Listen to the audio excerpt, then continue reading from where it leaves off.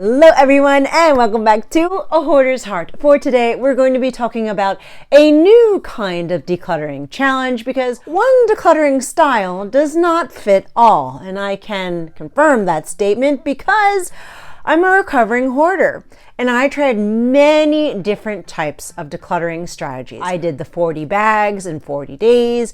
I did the Minimalist game challenge where you declutter the amount of items according to the date. An example of that is if it is the 20th of the month, you're decluttering 20 items. If it's the 21st, then you're decluttering 21 items. I can tell you that for most of the decluttering challenges, I failed within the first week of a 30-day challenge.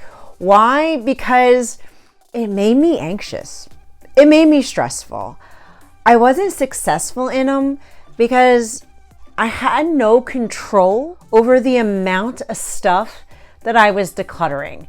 And because I had no control, it triggered my nervous system and made me anxious and made me think, I can't do this. I'm going to self-sabotage this in some way so that I fail and accept defeat. And I realized that that happened to me because some decluttering strategies work, some do not. Why? Because I have hoarding disorder. I'm a recovering hoarder. I am all the way on the spectrum of having a tight grip of holding on to things, and admittedly, I still have days where it's very hard for me to let go of one thing, where I have to do the inner strength to be like, do this, you got this. But to show the recovery part of the side of this, there's some days that I'm feeling really, really good and that I can let go of 25 things in one day. But you can see how I never know when I wake up how I'm going to feel that day. See where different decluttering challenges, where the Minimalist game challenge. Let's take that for instance. It's a great strategy. I hated it. Hate is a strong word, I know, but I don't know what else to use because when I had tried it a few years ago, I really forced a smile on my face when I was recording that series.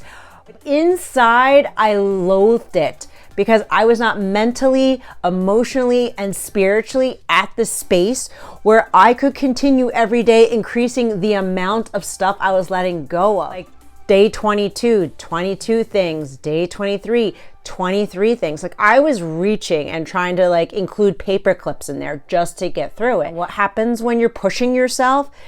It becomes a negative experience. It's coded in your nervous system that I don't like this experience. I'm being forced outside of my comfort zone so I can say, yay, I did it, but I'm not enjoying it. The whole point of what we're trying to do is to change up these different decluttering strategies so that everyone has a chance to use it. Because the Minimalist Game Challenge, hey, it works for thousands, if not millions of people.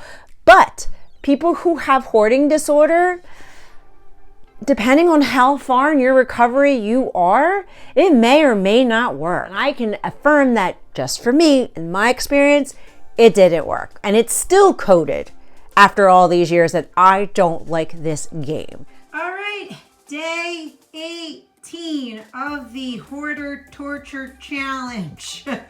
Sorry, it's kind of what this game is starting to feel like. So I thought, how can I change the rules so that we're still decluttering each day, but I'm not forced to let go of a certain amount. I'm not forced to fill a bag to include the 40 days because I don't think I can mentally process enough stuff to put in a bag.